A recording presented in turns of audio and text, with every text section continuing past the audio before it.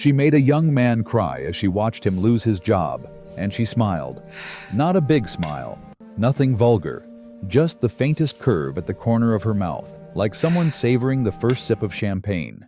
The kind of smile that said, "I did that. Welcome back to my channel." Before we dive into this story, and trust me, you need to hear where this goes, drop a comment telling me where you're watching from and what time it is over there. I love knowing this community is global. Now, here's what I need you to understand. This woman? She's not done. Hit that subscribe button, because what happens will make your blood boil. Le Séraphin didn't announce itself from the street. No neon, no sandwich board. Just a polished brass number on a Mayfair door and a reputation that preceded every reservation by 6 months. Inside, the air tasted expensive. Lemon oil on dark wood. Warm bread from the kitchen. The low hum of people who paid a week's rent for a Thursday evening and called it casual. Crystal glassware caught the candlelight and threw it back in soft bursts. Heavy velvet curtains kept the London rain at bay. Silverware clinked with the kind of restraint that said, "We know how to behave here." The dining room moved like a ballet. Quiet steps. Lowered voices. Everything choreographed to make the guests feel like gods. And then Nora Bergerot walked in. The room didn't gasp. It wouldn't dare. But there was a shift. A held breath. Conversation dipped for just a second before resuming at a slightly lower volume. She wore crimson. Not red. Crimson. A fitted dress that cost more than most people's cars, hemmed to perfection. Moving like water as she glided toward her usual table. Her hair was swept into a flawless chignon. Ice blue eyes scanned the room with the casual assessment of someone who owned everything she looked at. She didn't smile. She didn't need to. The hostess led her to table 12, the corner spot, the best sightlines in the house. Nora Bergerot didn't sit in the middle of rooms. She observed them. Behind the polished veneer of the dining room, Abigail Mason adjusted her apron strap and watched through the service doorway. Her hands were steady. Her expression was calm. She'd been doing this job for 3 months now, and she was good at it. Invisible when she needed to be. Attentive without being intrusive. No one at Le Séraphin knew her real name was Lucy Taylor. No one knew she'd spent 5 years as a research assistant at a medical ethics journal before this. No one asked why someone with her credentials was carrying soup bowls. That was the point. Abigail watched as Finn Brown approached table 12 with a water carafe. He was 22. Nervous. New. He'd only been on the floor for 2 weeks. He poured carefully. He was doing fine. Until his sleeve brushed the edge of Nora's bread plate. He didn't knock it over. Didn't spill anything. Just a whisper of fabric against porcelain. A touch so slight most people wouldn't notice. Nora noticed. "Excuse me," she said. Her voice was soft, polite. The kind of tone that made you lean in to hear. "Could you bring me a fresh plate?" Finn nodded quickly. "Of course, ma'am. I'm so sorry." "And perhaps," Nora continued, still smiling that small, private smile. "Someone who knows how to serve without contaminating the table." The words landed like stones in still water. Comment right now if you've ever had a boss or customer like this, because I guarantee someone's face just popped into your head. Mr. Felix appeared at her elbow within seconds. He was the floor manager. 58, gray at the temples. He'd worked in fine dining for 30 years and knew exactly what was happening. "Mrs. Bergerot," he murmured, "my sincerest apologies. I'll handle this personally." "Thank you, Felix." Nora picked up her menu, dismissing them both. Finn stood frozen for half a second too long. Then he turned and walked toward the kitchen, his face burning red. Abigail saw his hands shaking as he pushed through the doors. She knew what came next. She'd seen it before. Finn Brown wouldn't finish his shift. He'd be in Felix's office within 10 minutes. By tomorrow, he'd be looking for work somewhere else. Somewhere that didn't require a reference from Le Séraphin. All because his sleeve touched a plate. Abigail felt the familiar weight settle in her chest. Anger. Controlled. Buried. The kind that didn't show on her face but lived behind her ribs like a second heartbeat. She'd been watching Nora Bergero for weeks now, every Thursday. Same table, same performance, a different target each time. The woman didn't just dine. She hunted. Mason. Abigail turned. Mr. Felix stood beside her, his expression carefully neutral. "You're on table 12 tonight," he said quietly. The noise of the kitchen faded. The clang of pots, the hiss of the grill, the low murmur of the scullery staff. All of it dropped away. Abigail's mouth went dry. Felix's eyes held hers for a moment. There was something in his expression. Not quite sympathy. More like resignation. "This is your test. Pass it." "Understood," Abigail said. She picked up her order pad, smoothed her apron, took one slow breath. Then she walked into the dining room. The room had the polite hush of people who pay to be impressed. Nora Bergero had the quiet hunger of someone who paid to terrify. And Abigail Mason was about to serve her dinner. Abigail had been someone else once. Lucy Taylor, research assistant at Medical Ethics Quarterly. The woman who fact-checked footnotes at 2 in the morning and knew how to find a buried corporate filing from 2003. The woman who'd helped expose a medical device manufacturer falsifying trial data. Small byline, big impact. She'd been good at it. Finding the thread nobody else saw. Following it until the whole ugly sweater unraveled. That was 5 years ago. The layoff had been polite. Budget cuts, restructuring. The editor had actually cried when he told her, "You're brilliant, Lucy, but the money's gone." She'd spent 8 months looking for similar work. Research positions, editorial assistants, anything adjacent to journalism. The responses were all the same. Overqualified, underexperienced. We'll keep your CV on file. The savings ran out, then the emergency fund, then the small inheritance from her grandmother that was supposed to be for something important. Turned out rent was important. Now she lived in a studio flat in Peckham where the heating only worked on Tuesdays and the neighbor upstairs practiced drums at midnight. She took the bus. She reheated the same coffee 3 times before noon. She'd sold most of her books, but she still kept a notebook. Black moleskin, tucked in her apron pocket during shifts. She told herself it was for orders. It wasn't. She'd been working at Le Séraphin for 3 months. The pay was better than the chain restaurants. The customers didn't grab at you. Mr. Felix ran a tight operation, and if you kept your head down and your hands steady, you could make it work. Most days, that was enough. Then Nora Bergero started coming in. "She's the reason Margot quit." Leonard spoke quietly, polishing a wine glass with the kind of focus that came from 40 years in the service industry. He was 63, silver hair, steady hands. The staff called him the dean. Abigail folded napkins beside him in the staff room. The space was cramped. Lockers along one wall. A microwave that smelled like burnt popcorn. A bulletin board covered in shift schedules and a faded poster about hand washing. "Margot?" Abigail asked. "Hostess. Before your time." Leonard held the glass up to the light, checking for spots. Mrs. Bergero told Felix that Margot's lipstick was distracting, made her reapply. Right there in the dining room, in front of everyone. Abigail's hands stilled. "And Felix allowed it?" Leonard set down the glass. His expression was careful. "Felix allows what keeps the restaurant running. Mrs. Bergero's husband owns half of Mayfair. You don't tell people like that, no." "What happened to Margot?" "She quit the next day."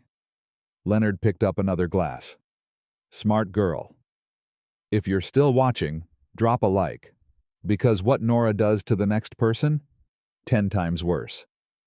The kitchen door swung open. Finn Brown stumbled through, his face blotchy red. He yanked open his locker and started pulling out his coat.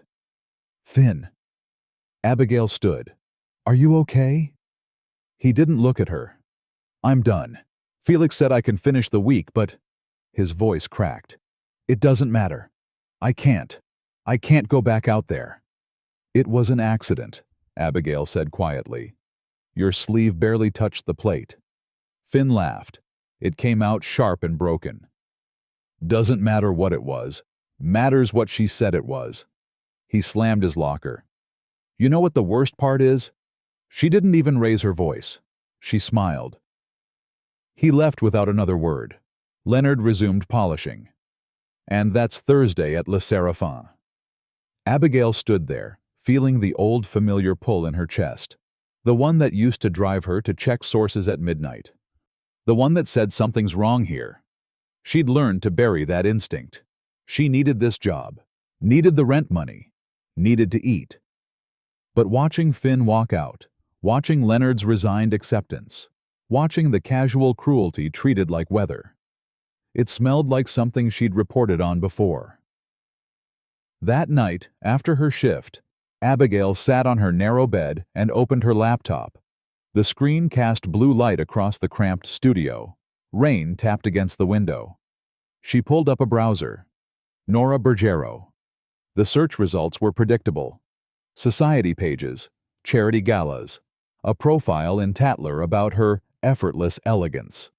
Photos of her beside Hudson Bergeron, billionaire pharmaceutical magnate, the man who'd made a fortune on patent extensions and generic drug suppression. Power couple, philanthropists, untouchable. Abigail scrolled further. Page 3, page 5. Nothing but glowing coverage. She clicked over to a forum she used to frequent. Researchers, archivists, people who knew how to find things that didn't want to be found. She downloaded a guide. Reverse image searching. Advanced techniques. Printed it. Folded it twice. Tucked it into her apron pocket beside her notebook. She told herself it was just curiosity. Professional habit. Nothing more. But her hands were steadier than they'd been in months. The next morning, Abigail arrived early. The dining room was empty. Mr. Felix was reviewing reservations at the host stand. "Mason," he said without looking up, "you handled table 12 well last night." "Thank you." "She'll be back next Thursday." Now he looked at her. His expression was unreadable. "Can you manage it again?" Abigail thought of Finn's shaking hands, of Margot reapplying lipstick in front of strangers, of Leonard's quiet resignation. She had learned to bury her reporter's curiosity beneath polite smiles until she watched cruelty that smelled like something she'd reported on before. "Yes," Abigail said. "I can manage." Felix nodded. "Good. We need someone steady." As he walked away, Abigail felt the folded paper in her pocket. Steady. That was one word for it. Friday nights at Le Séraphin moved like controlled chaos. The kitchen was a wall of heat and noise, pans hissing. Chef Oscar barking orders in rapid-fire French and English. The scullery staff moving in tight choreography, plates up, plates down, steam rising in clouds that smelled like thyme and butter and expensive protein. The dining room, by contrast, hummed with manufactured calm, soft laughter, the clink of crystal, murmured compliments about the wine. Abigail moved between both worlds with the ease of someone who'd learned the rhythm. She'd memorized Nora's preferences by now. Still water, no ice. Bread basket without the rosemary focaccia. Soup course first, always. Table 12 was set. Candlelight reflected off polished silver. Nora sat with perfect posture, scrolling through her phone with one manicured hand. Abigail approached. "Good evening, Mrs. Bergeron." Nora glanced up. The faintest flicker of recognition. "Good evening. May I start you with our soup this evening? Chef Oscar has prepared a butternut squash bisque with brown butter and sage." "That will be fine." Abigail returned to the kitchen. Oscar was plating 3 dishes at once. His movements precise despite the chaos around him. "Table 12 soup," Abigail said. Oscar nodded toward the pass. "Already up. Don't let it sit." The bowl was beautiful. Golden orange, garnished with a delicate swirl of cream and 3 crisp sage leaves. Steam rose in visible wisps. Abigail picked it up carefully. The ceramic was hot against her palms even through the service cloth. She walked it straight to table 12. No detours, no delays. 90 seconds from pass to table. She set it down gently in front of Nora. "Your bisque, ma'am." Nora didn't look up from her phone. "Thank you." Abigail stepped back, gave a small nod, turned toward the kitchen. She'd made it 3 steps when Nora's voice cut through the dining room hum. "Excuse me." Abigail stopped, turned. "Yes, ma'am?" Nora was staring at the soup, not tasting it. Just staring. When she looked up, her expression was perfectly composed, perfectly disappointed. "This soup is cold. Here's where it gets insane. Stay with me." The words landed like a stone through glass. Conversation at the nearby tables stuttered. Heads didn't turn, too polite for that, but attention shifted, everyone listening while pretending not to. Abigail moved back to the table. "I apologize, Mrs. Bergerot. I can replace it immediately." "I don't understand how this happens." Nora's voice was soft, reasonable. The kind of tone that made you feel like you were being unreasonable for questioning it. "I come here specifically because the standards are supposed to be exceptional." "Of course. Let me bring you a fresh bowl right away. This is the second time I've had issues with temperature." Nora set down her phone, folded her hands. "Perhaps there's a problem with your kitchen protocols." It wasn't a question. Mr. Felix appeared at Abigail's shoulder as if summoned. "Mrs. Bergerot, my sincerest apologies. We'll have a fresh bowl out immediately, and naturally there will be no charge for your soup course tonight." "I appreciate that, Felix." Nora's smile was gracious, forgiving. "Though I do wonder about the training standards for your staff." Abigail felt the eyes on her. The other diners, the hostess near the entrance, Leonard, watching from across the room with the careful stillness of someone who'd seen this play before. She picked up the bowl. The ceramic was still warm against her hands. "I'll speak with Chef Oscar personally," Felix murmured to Nora. Abigail walked back to the kitchen. Her face was calm. Her hands were steady. She pushed through the doors.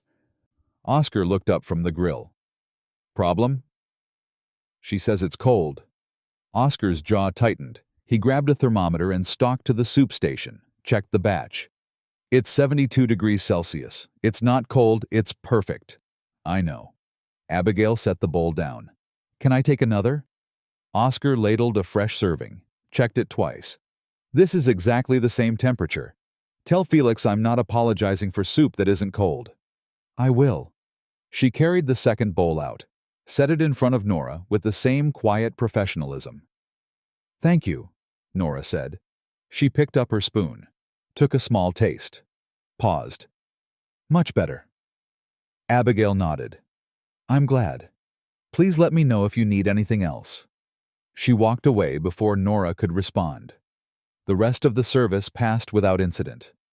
Nora finished her meal, complimented the lamb, left a 15% tip. As Abigail cleared the table, a man in a gray suit approached, tall, 50s, the kind of face that belonged on a corporate board. "I apologize for my wife," he said quietly. "Hudson Bergerot." Abigail recognized him from the search results. "She has exacting standards." He pressed something into Abigail's hand, a 50-pound note, folded around a business card. "For your trouble," he said. Then he was gone. Abigail stood in the staff room after closing, staring at the card. Hudson Bergerot, Bergerot Pharmaceuticals. The 50-pound note felt heavy in her other hand. She thought about the soup, the steam rising, Oscar's thermometer reading, Nora's performance. The soup hadn't been cold. Nora had needed it to be cold. Abigail pulled out her notebook, flipped to a blank page. Wrote one line. "When you feed a tyrant what they expect, fear, they grow. When you feed them nothing at all, They panic.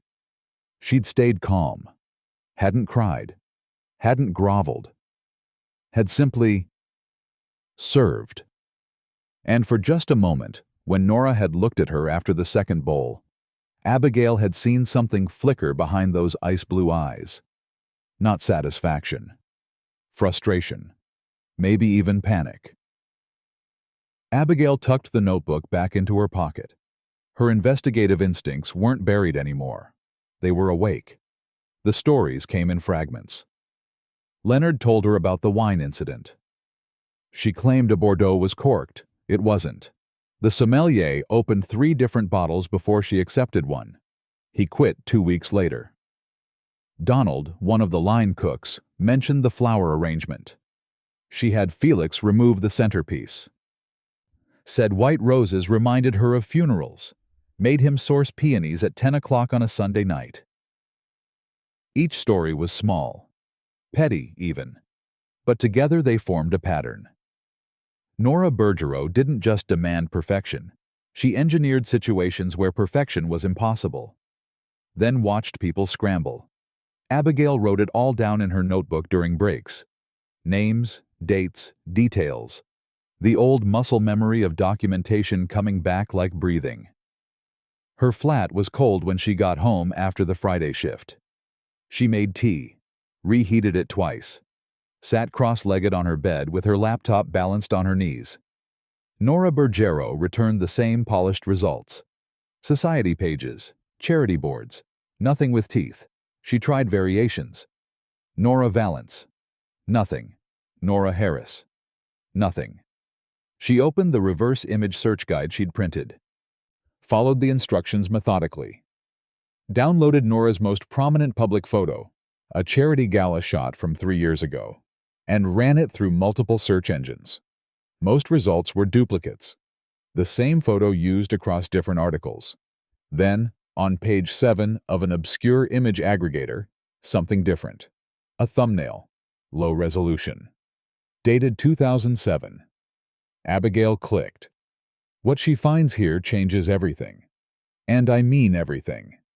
It was a talent agency composite, the kind actors used before social media. 4 headshots arranged in a grid. The woman in the upper right looked younger, softer. Her hair was darker, styled differently, but the bone structure was identical. The name underneath, Victoria Hale. Abigail's heart kicked against her ribs. She ran the new name. Victoria Hale Actress London. A forgotten IMDb page.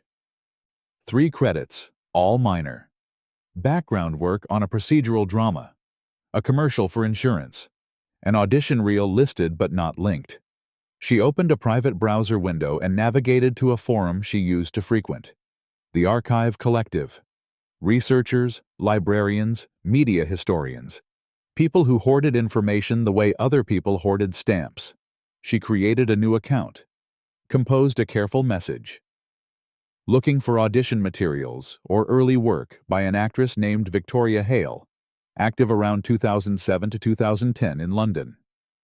Any leads appreciated. Researching casting trends for a project. She hit send. Then she stared at the screen, feeling something she hadn't felt in 5 years. Electric. Alive. This was the work, the hunt. The slow assembly of truth from scattered pieces. Evidence is patient. It waits in archives, in forum threads, in the corners of the web for someone stubborn enough to look. The next evening, Abigail was refilling water glasses in the dining room when a man at table 8 looked up from his menu. "Excuse me." She approached. "Yes, sir. How can I help you?" He was mid-40s, wire-rimmed glasses, slightly rumpled suit that suggested academic more than corporate. "I just wanted to say, I was here last week. I saw how you handled that situation with Mrs. Bergerac." Abigail's expression remained neutral. "I'm sorry, I don't—" "The soup." He smiled slightly. "I was 2 tables over. You were remarkably composed. Most people would have crumbled. I was just doing my job." "That's not what I mean." He extended his hand. "David Chen." I teach philosophy at King's College. I come here sometimes to grade papers and pretend I'm cultured."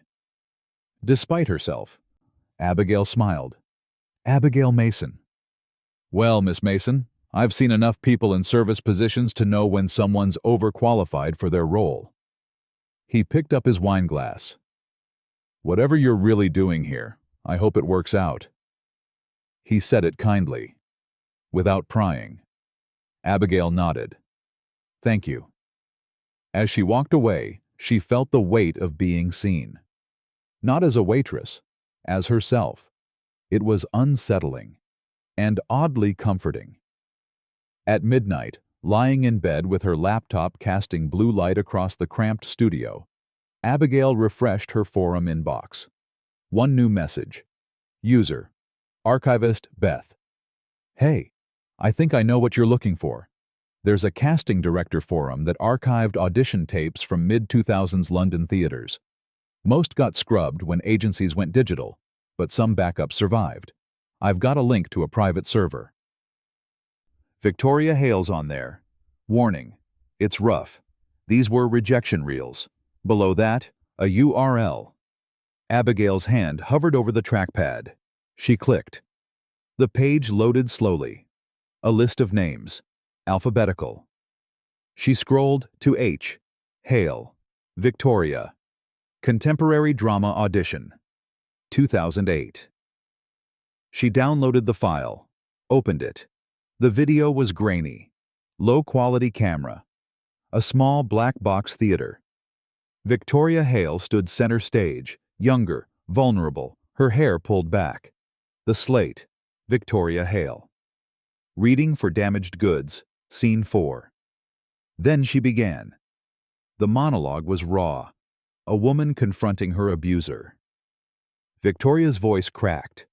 Tears streamed. She wasn't acting. She was hemorrhaging emotion onto that stage. It was devastating, real, uncomfortably honest. At the end, she stood there, chest heaving, mascara smudged. Off camera, a voice. "Thank you. We'll be in touch." Victoria nodded, tried to smile, failed. The video ended. Abigail sat in the dark, staring at the frozen final frame.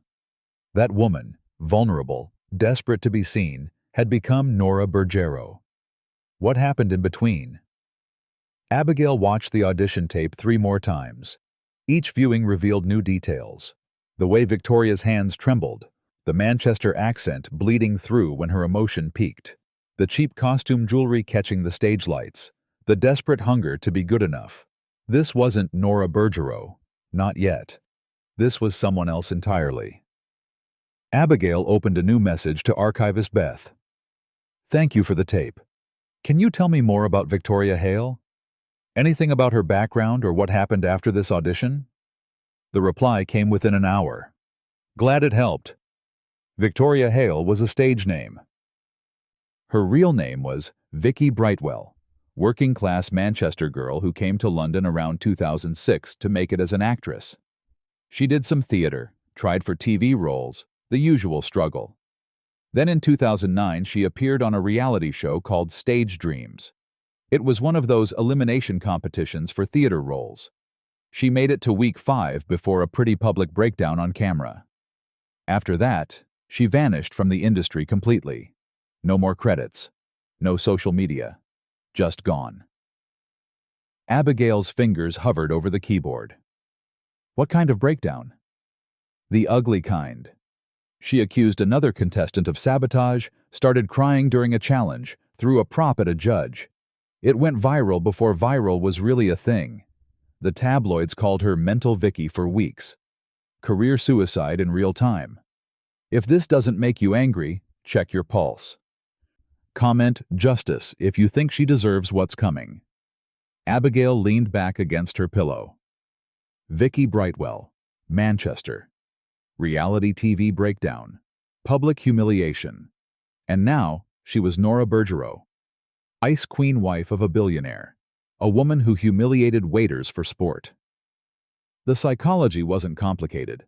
Someone who'd been torn apart publicly would crave control. would need to be untouchable, would hurt others before they could be hurt again. Understanding it didn't make it forgivable, but it made it human.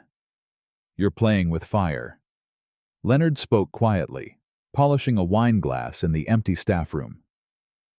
Abigail had told him everything, shown him the screenshots, the audition tape, the forum posts. She's terrorizing people, Abigail said. She's married to a man who owns half of London. Leonard set down the glass. You think exposing her past will make her stop? It'll make her destroy you. People like that don't back down. They escalate. So we just let her continue? I'm not saying that. Leonard's expression softened. I'm saying be smart, be careful, and know what you're really doing here. What am I doing? You're deciding whether someone deserves to be ruined because they became the thing that hurt them first. The words landed heavy. Mr. Felix appeared in the doorway. Mason, a word. Leonard gave her a look, careful.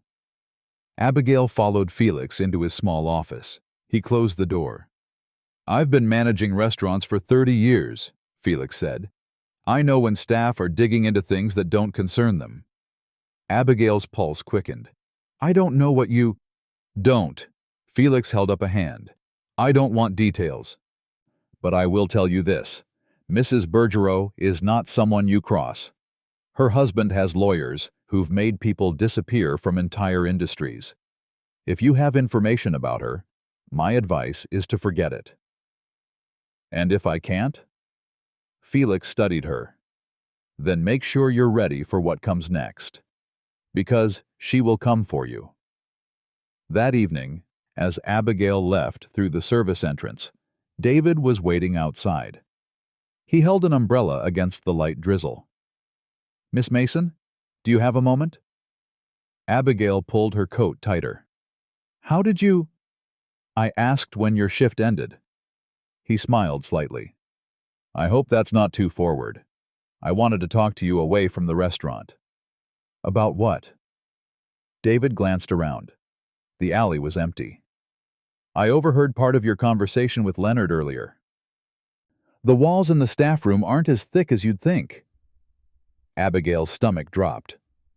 I'm not here to threaten you, David said quickly. The opposite, actually. I know what you're looking into, and I think you're right to look.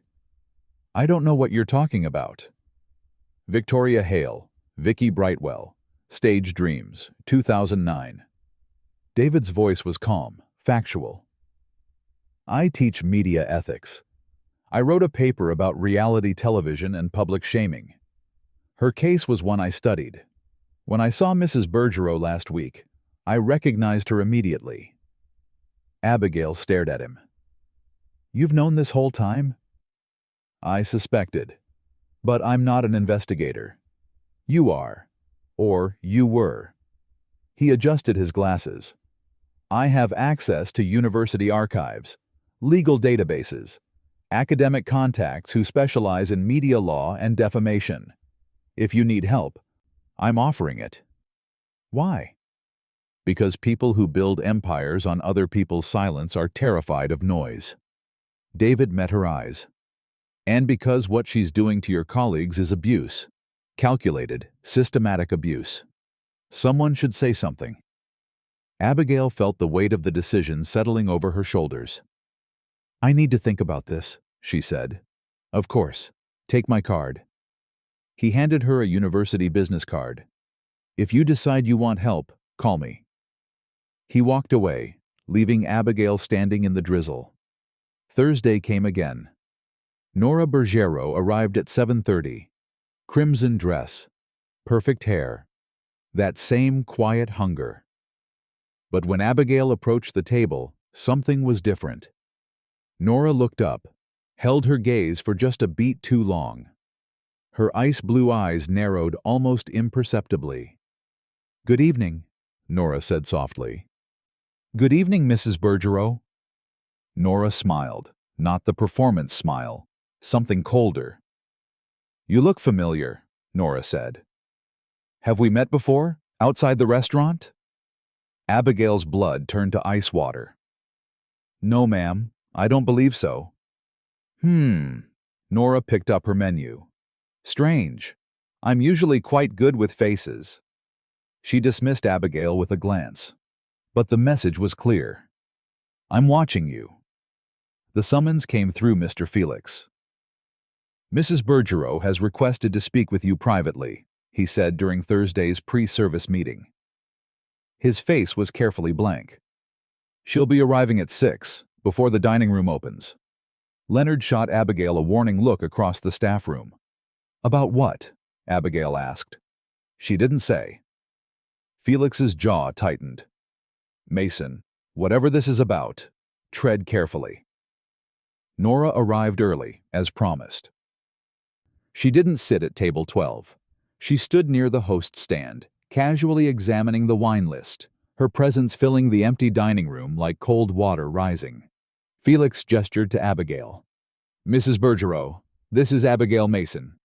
"Yes, we've met." Nora's smile was pleasant, poisonous. "Abigail, would you walk with me for a moment?" It wasn't a question. They moved toward the far corner of the dining room, away from Felix, away from the kitchen doors. The space felt cavernous with no other diners, just candlelight and shadows. Nora stopped near the window, gazed out at the Mayfair street, spoke without turning. "I've been told you've been asking questions about me." Abigail's heart hammered. Her voice stayed level. "I'm not sure what you mean, Mrs. Bergerot." "Don't insult me." Nora turned. Her ice-blue eyes were sharp, surgical. "Someone's been digging through old records, forum posts, archived materials. It's traceable if you know where to look. And I know where to look." Abigail said nothing. "I don't know why you'd think my past is any of your concern," Nora continued. Her tone remained soft, reasonable, terrifying. "But I want to be very clear about something. I have a team of lawyers who specialize in defamation, slander, and privacy violations. They're very good, very thorough, and very expensive." She took a step closer. This is the moment. The dragon shows her teeth. If you're not subscribed yet, what are you even doing? If any information about my private life, my past, my family, my name, appears anywhere public, I will know it came from you. And I will sue you for everything you have, which, from what I understand, isn't much. But I'll take it anyway. Your savings, your future earnings, any chance you have of working in this city again." Abigail's hands were shaking. She clasped them behind her back. "I haven't done anything wrong," she said quietly. "That won't matter." Nora's smile widened. "What matters is that I can afford to destroy you, and you can't afford to fight back. Do you understand?" "Yes." "Good." Nora picked up her handbag. "I'll be returning next Friday. I expect exemplary service. And silence." She walked toward the exit, paused at the door. "Oh, and Abigail? I've already spoken to Felix about your employment. One misstep, and you're gone. Not just from here, from every reputable establishment in London. I have friends everywhere." Then she left. Abigail stood frozen in the empty dining room. Her legs felt weak. Her breath came shallow. Leonard appeared at her elbow. "What did she say?" "She knows." Abigail's voice cracked. "She knows I've been looking." "Christ." Leonard guided her toward the staff room. "Sit down." Felix joined them moments later. He closed the door. His expression was grim. "She's serious," Felix said. "I've seen her do this before. To a food critic who wrote a negative review of one of her charity events. He lost his column, his reputation, everything." "So what do I do?" Abigail looked between them. "You stop," Felix said. "You drop whatever you're doing. You keep your head down. You survive." Leonard nodded slowly. "He's right. It's not worth it." But something in Abigail's chest had hardened during Nora's threat. The old investigative instinct. The refusal to be bullied into silence. "What if I don't stop?" she asked. Felix rubbed his face. "Then you'd better have proof. Real proof, not rumors or old videos. Something irrefutable. And even then, you'll need protection." That night, Abigail called David. He answered on the second ring. "Miss Mason, are you all right?" "She threatened me. Legally, financially, everything." A pause. "I was afraid of that. Can we meet?" They met at a quiet pub in Bloomsbury. David ordered tea. Abigail's hands still hadn't stopped shaking. "She has lawyers," Abigail said. "She has money. What do I have?" "The truth." David pulled out a folder. "I've been doing some research of my own. Hudson Bergeron tolerates Nora's behavior because it's useful. She plays the perfect wife at public events. She intimidates his competitors at social functions. She's a weapon he doesn't have to wield himself." "That doesn't help me." "No, but this might." He slid papers across the table. "I have a contact, professor at LSE, who specializes in media law. She's helped journalists protect sources before. If you decide to go forward, she can advise on how to do it legally, how to avoid defamation claims, how to document everything." Abigail stared at the papers. "I also corroborated the audition tape," David continued. "Found 3 separate archives with the same footage, different sources. That makes it credible, verifiable." "She said she'd destroy me." "She will try." David met her eyes. "Threats are cheap when you have money. Courage is expensive when you don't. You have to decide which one matters more." Abigail walked home through the rain. Her phone buzzed, a text from an unknown number. "Next Friday, 7:30 p.m. Don't disappoint me. NB." Below that, another message from Felix. "She's planning something. Full house. Reservations packed. She wants an audience." Abigail stood under a streetlight, rain soaking through her coat. Nora wanted a spectacle. Fine, Abigail would give her one. Threats are cheap when you have money. Courage is expensive when you don't. Abigail chose the latter. David's office at King's College smelled like old books and coffee. Abigail sat across from him, papers spread across the desk like evidence at a trial. 3 separate archives, David said, tapping a printed screenshot. The audition tape exists in the British Theatre Archive, the Casting Directors Guild database, and a private collectors forum. All dated 2008, all labeled Victoria Hale. Abigail added another sheet to the pile. And archivist Beth found the Stage Dreams episode. Vicky Brightwell, Week 5 elimination. Public breakdown. Viral before viral existed. The talent agency composite. David slid over another printout. Victoria Hale, represented by Apex Talent, 2007 to 2009. Office closed in 2011, but the records were digitized. Abigail stared at the collection. Birth records from Manchester. School photos Beth had tracked down through alumni groups. A grainy newspaper clipping about a local theater production where 14-year-old Vicky Brightwell played Juliet. The trail was complete. Verifiable. Irrefutable. "This isn't revenge," Abigail said quietly. "This is just truth." "Truth can be devastating," David replied. "But it's not cruelty. That's the difference." Back at Le Séraphin, Abigail gathered the staff who'd been hurt most. Leonard, Oscar, Finn, who'd returned for weekend shifts despite his humiliation, Donald from the kitchen. Even the young hostess, Sarah, who'd been forced to change her lipstick mid-service. They met in the storage room after closing. Mr. Felix stood by the door, arms crossed, listening. "I'm not asking you to participate," Abigail said, "but I want you to know what I'm planning. Friday night, when she comes in, I'm going to tell her, and everyone in that dining room, who she really is." "You'll be fired," Finn said. "Probably." "Sued," Leonard added. "Maybe." "Blacklisted," Oscar muttered. "Likely." Share this if you've ever wanted to stand up to someone who seemed untouchable. Because what happens next? Pure poetry.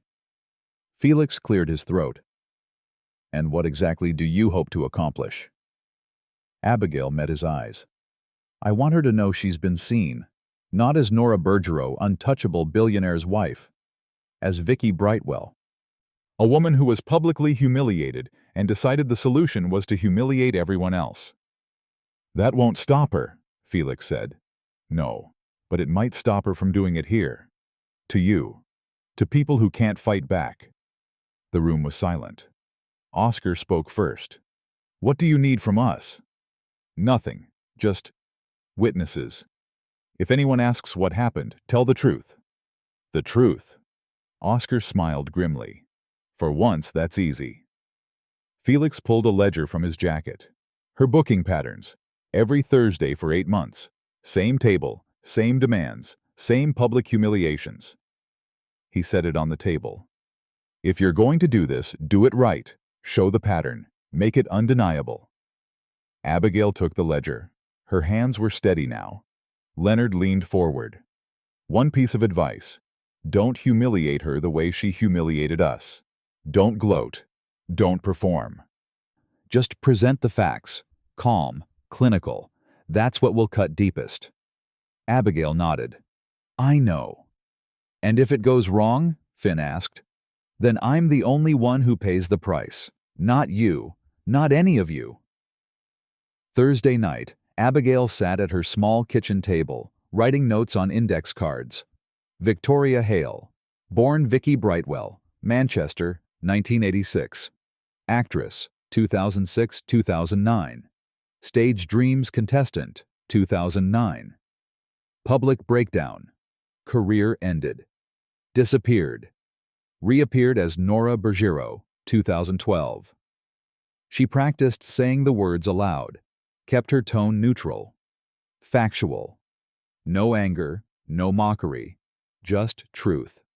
You don't need a gavel to call the truth. You need a moment when everyone is listening. Her phone buzzed. A message from David. I'll be there tomorrow. Table 6. If things get legal, I'm a witness. Another from archivist Beth, whom she'd never met in person. Good luck.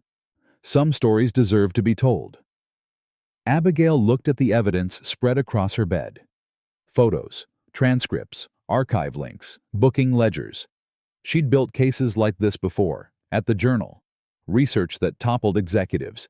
Data that forced accountability. This was no different. Except it was. Because this time, she was the one holding the match. Friday arrived. The dining room filled early. Felix had mentioned to a few regular patrons that something interesting might happen at table 12 tonight. Word spread, the way gossip always does in tight circles. By 7:15, the restaurant hummed with anticipation disguised as casual conversation. David sat at table 6 reading a book. Watching. Leonard worked the floor with his usual grace, but his eyes kept drifting to the entrance. Oscar stood at the pass, arms crossed, waiting. At 7:28, the front door opened. Nora Bergero entered. Crimson dress, perfect hair, that same quiet hunger. But tonight, something was different. She scanned the room like she could smell the tension. Her eyes narrowed slightly.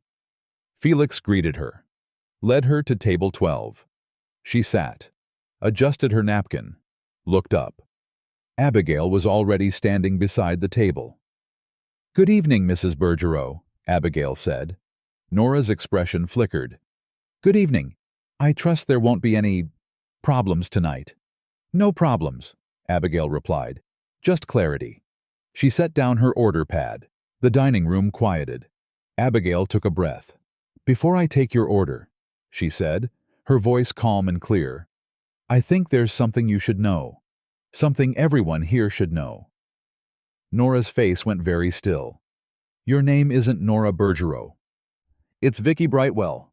The room held its breath, and Abigail began. The dining room felt different tonight. Every table was full. Soft conversation hummed beneath the clink of silverware, but there was an undercurrent. attention. People weren't just here for the food. They were here because they'd heard something might happen. Nora sat at table 12, spine straight, hands folded in her lap. She'd ordered still water, no ice. The bread basket without rosemary focaccia, same as always.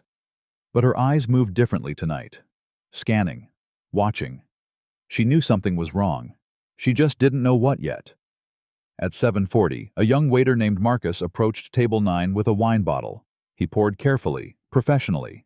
But as he stepped back, his elbow brushed the edge of a guest's jacket hanging on the chair. It was nothing. Barely contact. Nora's voice cut across the room. "Excuse me, Felix?" The dining room quieted. Mr. Felix materialized at her table. "Yes, Mrs. Bergerot?" "That young man just knocked into Mrs. Patterson's jacket." Nora gestured delicately toward table 9. "I believe an apology is in order, publicly." Felix's jaw tightened. "Of course." Marcus returned, face flushed. "I sincerely apologize, ma'am. It was completely unintentional." The guest at table 9 looked mortified. "Oh, it's fine, really." "Nevertheless," Nora interrupted smoothly, "standards matter. Don't you think, Felix?" "Absolutely, Mrs. Bergerot." Nora smiled. Took a sip of water. Reclaimed control of the room. This was her ritual, her power. Make someone small so she could feel large. Abigail watched from near the kitchen doors. Felt the familiar anger rise. But tonight, it was focused. Purposeful. She walked to table 12. "Mrs. Bergerot," Abigail said quietly, "may I have a word before taking your order?" Nora looked up. Her ice blue eyes narrowed. "I'd rather you simply took my order. This will only take a moment." Something in Abigail's tone made Nora pause. She set down her water glass. "Very well." The dining room had gone quiet again. Everyone watching now. Phones set down. Conversations paused. Abigail pulled an index card from her apron pocket. Her hands were steady. "Before we continue," Abigail said, her voice calm and clear, "I think it's important that everyone here knows who they're dining with tonight." Nora's expression hardened. "I don't know what you think your name isn't Nora Bergerot." Abigail met her eyes. "It's Vicky Brightwell. You were born in Manchester in 1986. You came to London in 2006 to become an actress." The room held its breath. Comment exposed if you're here for this.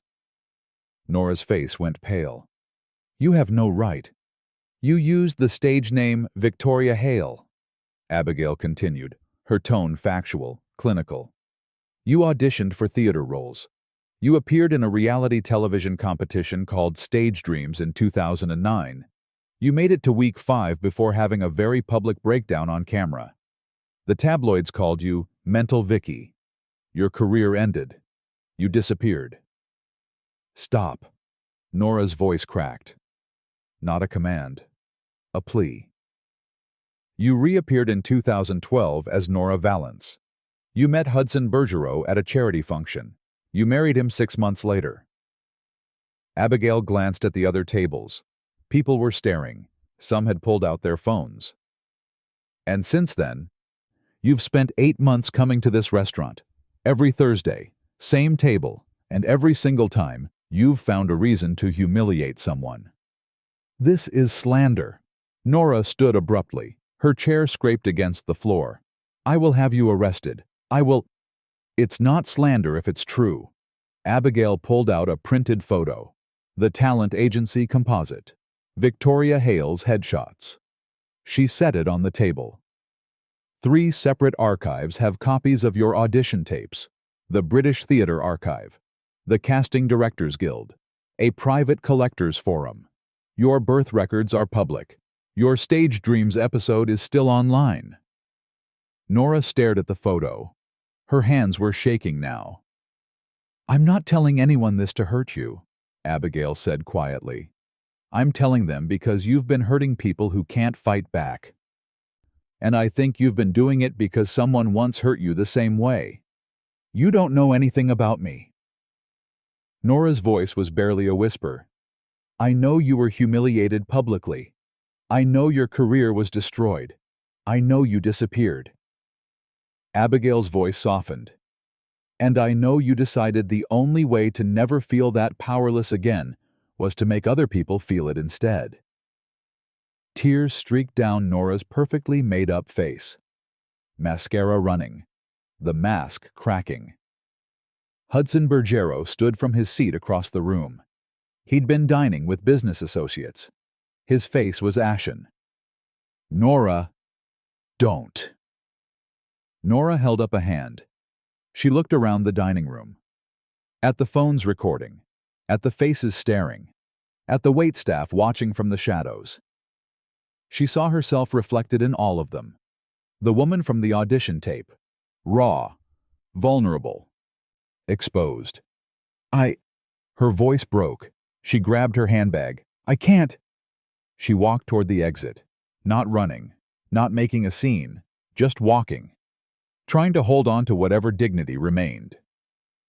The door closed behind her.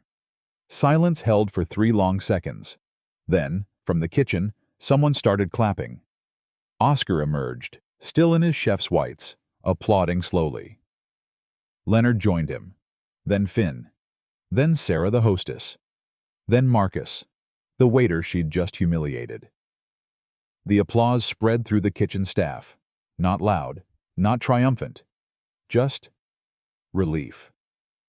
Abigail stood at table 12, staring at the empty chair. She didn't feel victorious.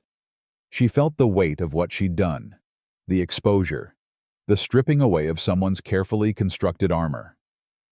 Abigail didn't shout victory. She spoke the name that removed the costume.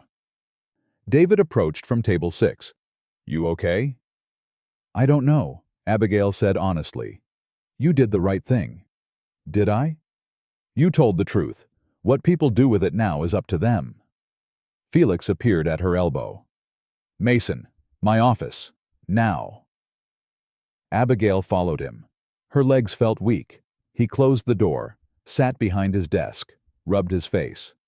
That, he said finally, was either the bravest or stupidest thing I've ever seen. Probably both. She'll sue. You know that.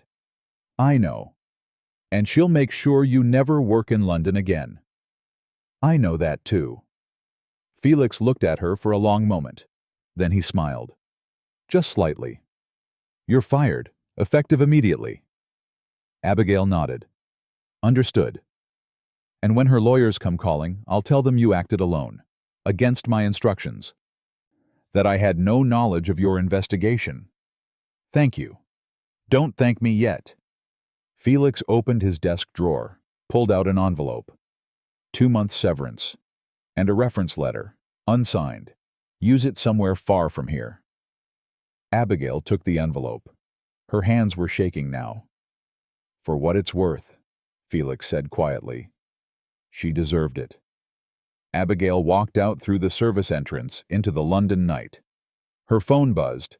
Multiple notifications, social media, news alerts. The story was spreading.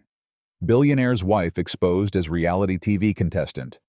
Nora Bergero revealed as Vicky Brightwell. Stage Dream's breakdown comes back to haunt socialite. The dragon had fallen, but the fire was just beginning. The next morning, Abigail's phone wouldn't stop buzzing. News alerts, social media notifications. Messages from numbers she didn't recognize. Socialite Nora Bergero exposed as former reality star. Mental Vicky. Returns. Billionaire's wife's hidden past. Revealed stage dreams. Contestant. Now London's most talked about woman. The story had spread like wildfire. Someone at the restaurant had filmed the confrontation. The video was grainy, the audio muffled, but it was enough. Abigail's calm voice, Nora's tears, the moment the mask fell away. Within 24 hours, it had 500,000 views. Abigail turned off her phone and stared at the ceiling of her tiny flat. She'd done it. She'd told the truth. Now she had to live with the consequences. 3 days later, an envelope arrived by courier. Expensive paper. Embossed return address. Bergerot Pharmaceuticals. Abigail opened it carefully. The letter was typed. Formal. Signed by Hudson Bergerot himself. Dear Miss Mason, I am writing to apologize for my wife's behavior at Le Séraphin, and to inform you that Mrs. Bergerot and I are taking a step back from public life for the foreseeable future. What happened in that dining room was a painful reminder that the past cannot be buried indefinitely. My wife is seeking professional help. I am seeking to understand how I enabled her behavior for so long. I have instructed my legal team not to pursue any action against you. What you revealed was true, and the truth, however painful, does not constitute defamation. I hope you find peace in whatever comes next. Sincerely, Hudson Bergerot. Abigail read it twice, then folded it carefully and set it aside. An apology, a retreat. Not justice exactly, but accountability. It would have to be enough. Le Séraphin reopened the following week. Felix called Abigail to tell her the news. Table 12 is empty, he said. First time in 8 months. The staff are lighter. You can see it in how they move. They're not afraid anymore. That's good, Abigail said. Leonard asked me to thank you. He said you gave them back their dignity. I just told the truth. Sometimes that's all it takes. Felix paused. There's a spot open if you want to come back. Different terms, better pay. Thank you, but I think I'm done with fine dining. Fair enough. Felix chuckled. Good luck, Mason. You're one hell of a troublemaker. The call from David came on Thursday. There's a position opening up, he said. King's College, Research Department. They need someone who knows how to investigate, verify sources, compile evidence. It's part-time to start, but it could lead to something permanent. Abigail's heart lifted. What kind of research? Media ethics, corporate accountability, the same work you used to do at the Journal. He paused. I recommended you. They'd like to interview you next week. David, her voice caught. Thank you. You earned it. You're good at this work, Abigail. You should be doing it. She sat in her small kitchen, holding her old notebook.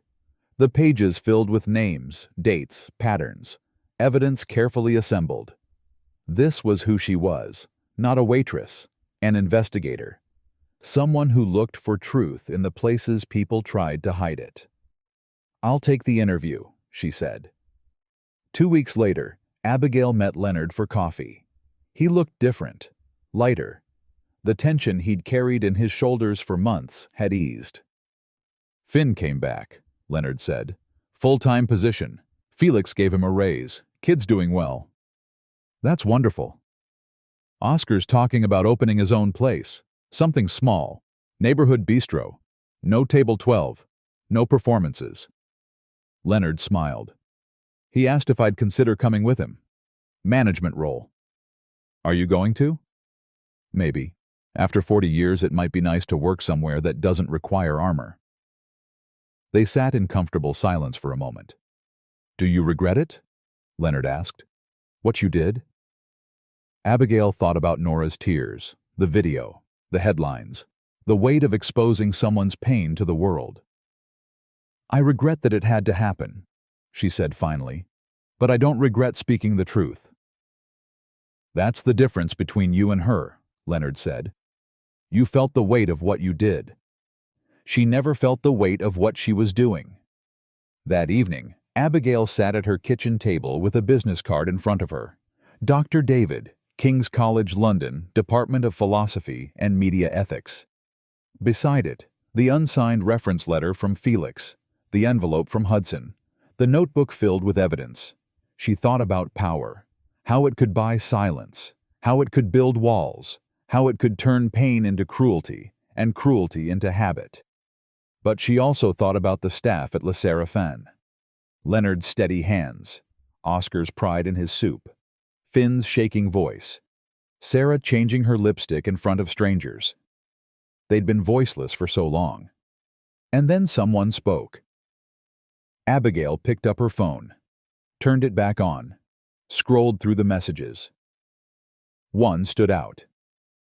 From an unknown number. Thank you. I worked at a different restaurant where she did the same thing. Seeing someone finally say something. It helped. Former hostess, Chelsea. Another message below it. I was a server at her country club. She got me fired for wearing the wrong shade of lipstick. Thank you for giving her a name. M. And another. My sister worked for the Bergerots as a housekeeper. She quit after 3 months. Said Mrs. Bergerot made her feel invisible. Thank you for making her visible. A grateful brother. If this story moved you, if you've ever stayed silent when you wanted to speak, leave a comment. Tell me what you would have done. And if you haven't already, subscribe. Because stories like this, they matter.